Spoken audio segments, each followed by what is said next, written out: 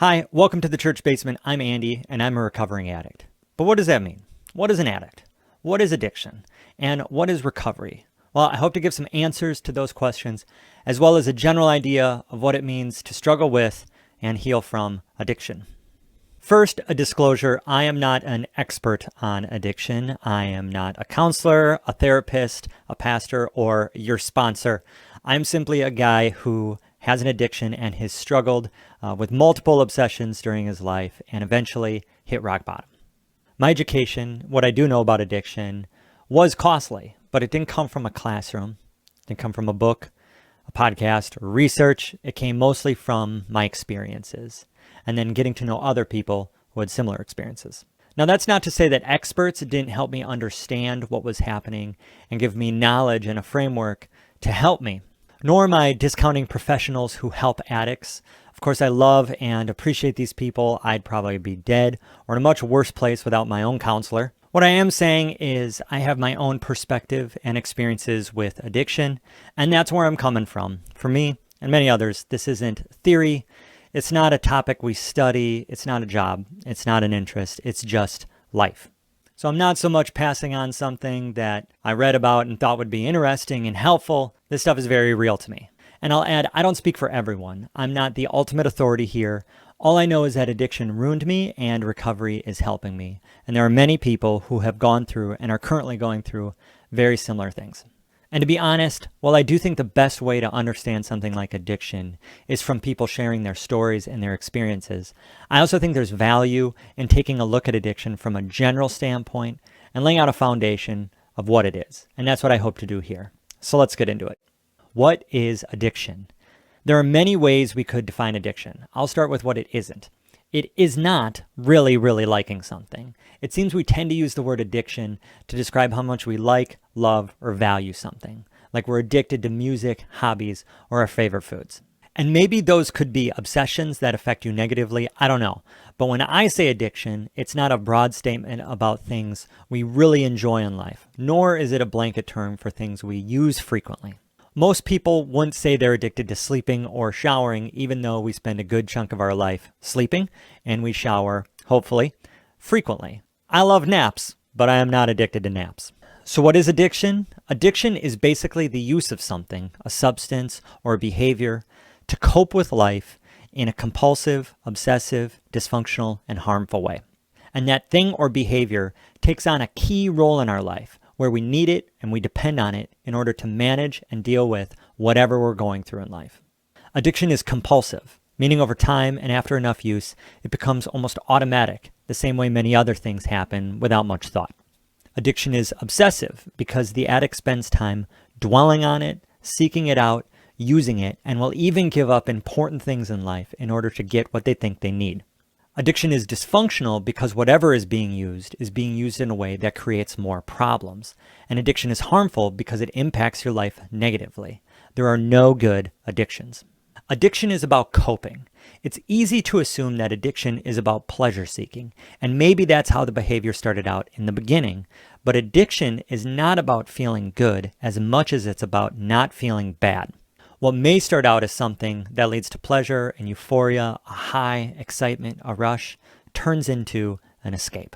This is how I want to feel, turns into this is so I don't feel. It's about coping with whatever is going on in our lives, escaping reality, numbing the pain, the shame, and other feelings. I like to think of addiction as a survival mode that people continually live in order to get through their struggles, whether they're big or just typical day-to-day things. When you're surviving, the focus is on getting through the short term, what you're experiencing now. Long-term effects tend to get ignored, denied, or minimized in relation to what you're experiencing right now. When you're surviving, you're not necessarily doing the healthiest thing. You're doing whatever it takes to make it through one more day. Addiction is not driven by hopes and dreams for what you want your future to look like. It's driven by pain and by problems. So it's not that someone is necessarily ignorant or naive about the consequences.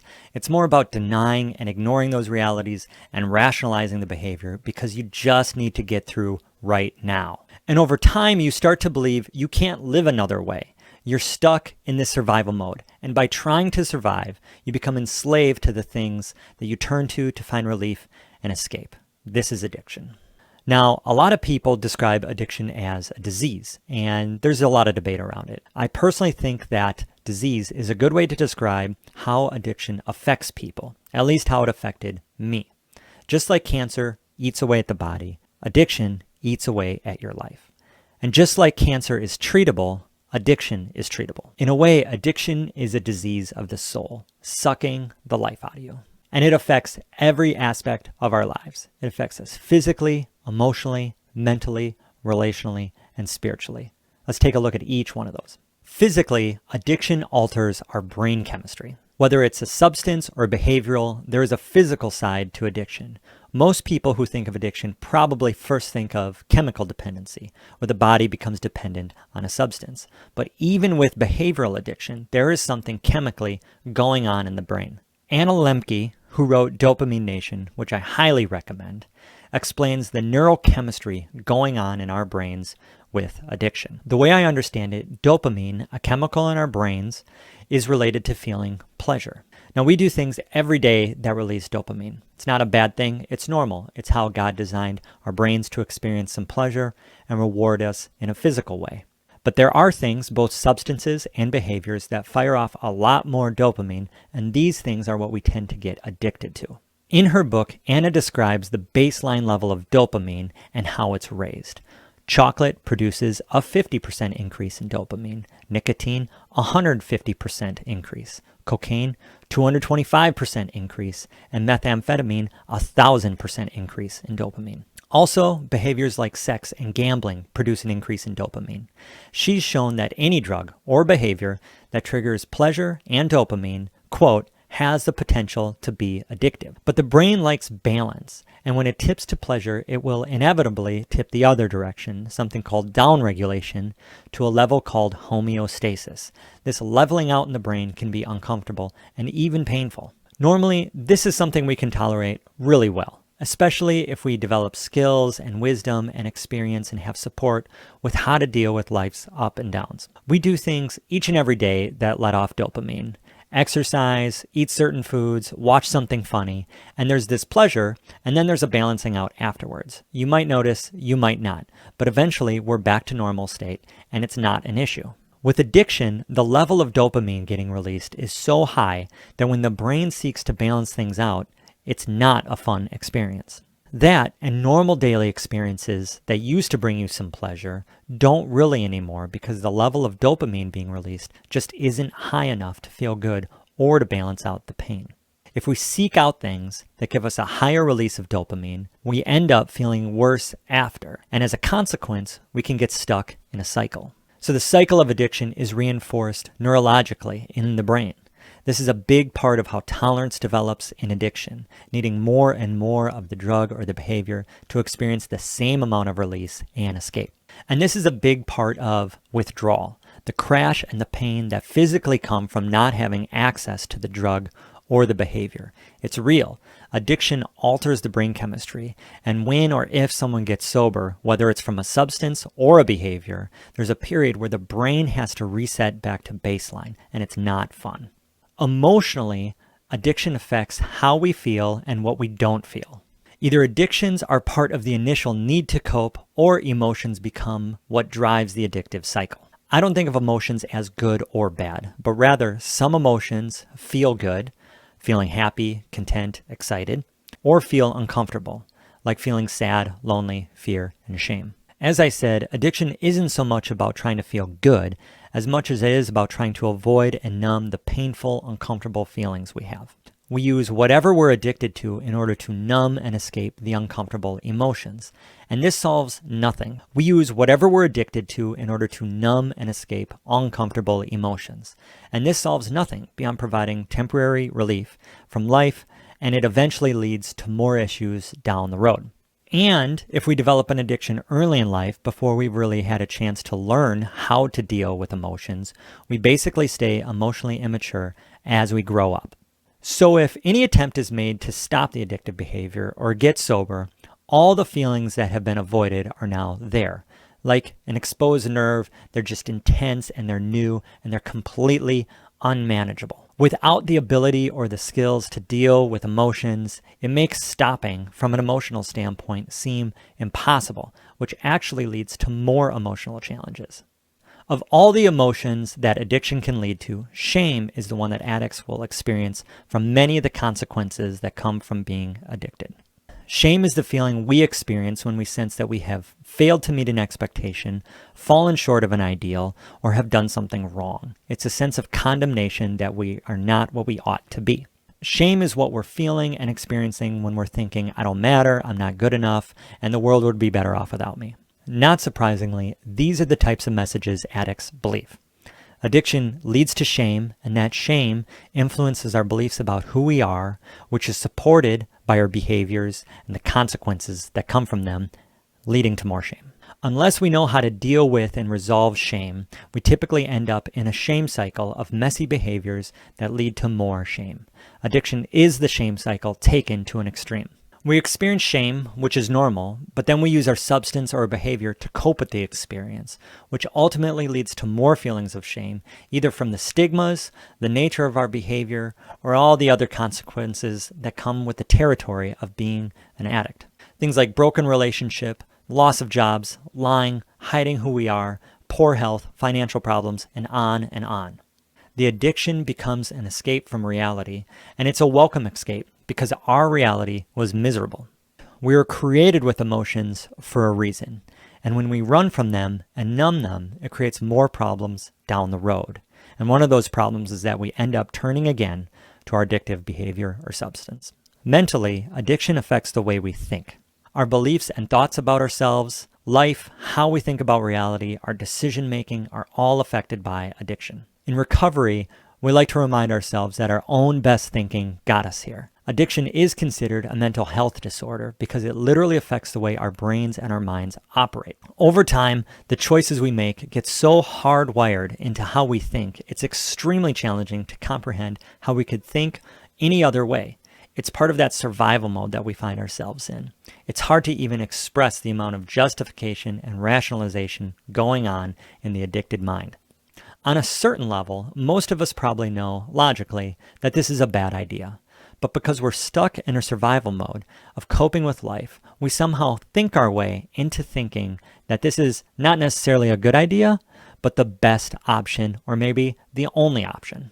If we think of our mind as logical and emotional, the logical side is saying, this is a bad idea.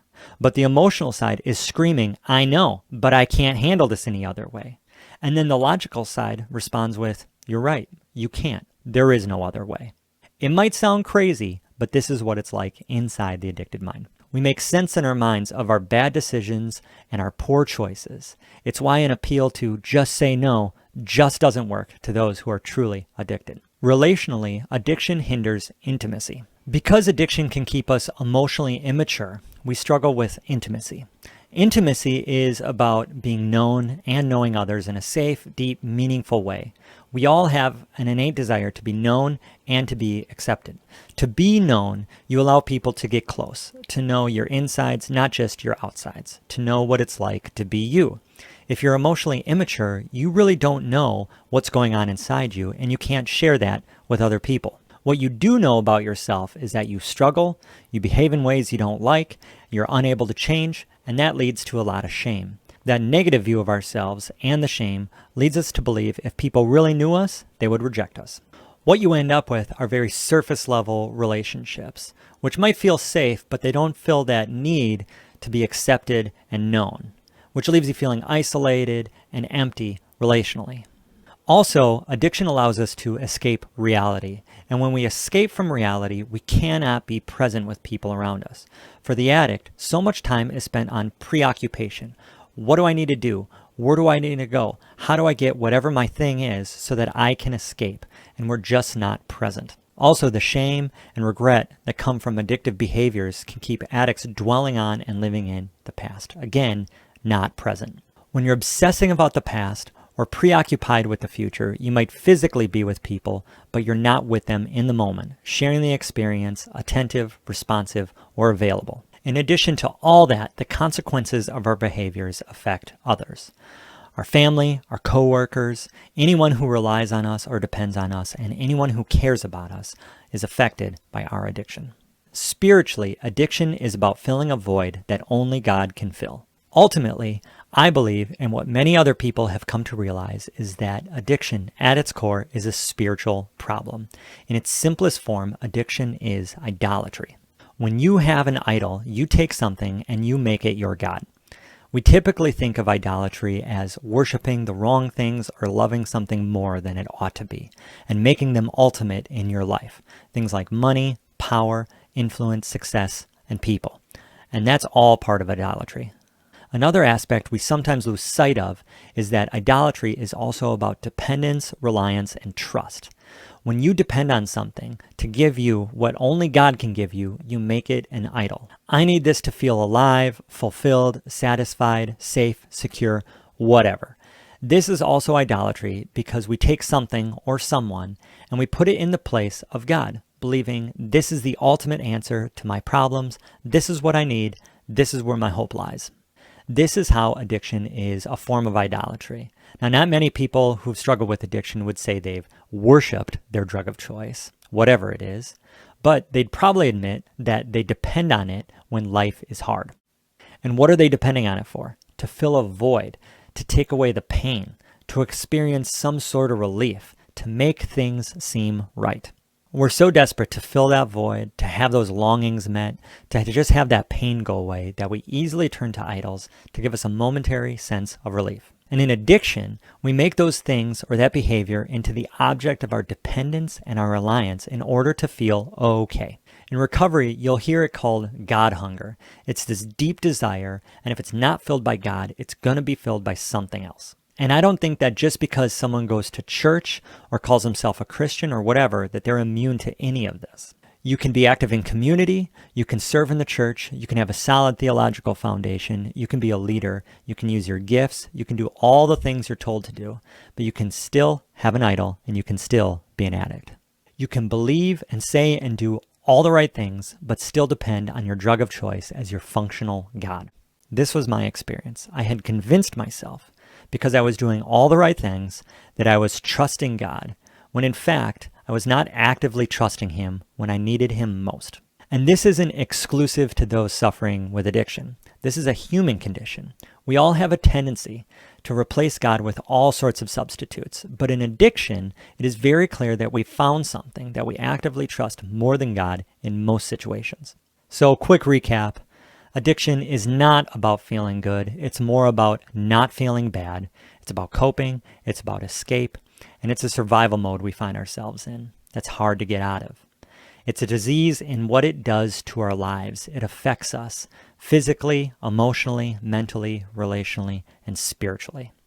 And when someone gets to the point where they've realized they've had enough, they've hit bottom, they've experienced serious consequences, they've gotten the ultimatum, their life is falling apart, they're going to get to a point where they realize this has to stop. And they are going to try to remove the addiction from their life, aka get sober. And when someone tries to get sober and remove the addiction from their life, it creates a very big space. And this space needs to get filled with new skills, a new way of dealing with emotions, true relationships, and an actual dependence on God. And if it doesn't get filled with these things, this person is going to struggle to stay sober. For the addict, sobriety is only half the answer. To change and deal with life without using our drug of choice, most of us need recovery. Recovery is about filling that space with new habits, new behaviors, real relationships, and healing the wounds and the dysfunction that underline the entire addiction. If you want to dive into that, go check out the video on recovery. Thanks for watching. If you like the content, you can like and subscribe to the videos, but what I'd really appreciate is if you would share this with people you think would benefit. My mission is to create resources that help people live more faithfully, and by sharing, it would be a big help. Thanks.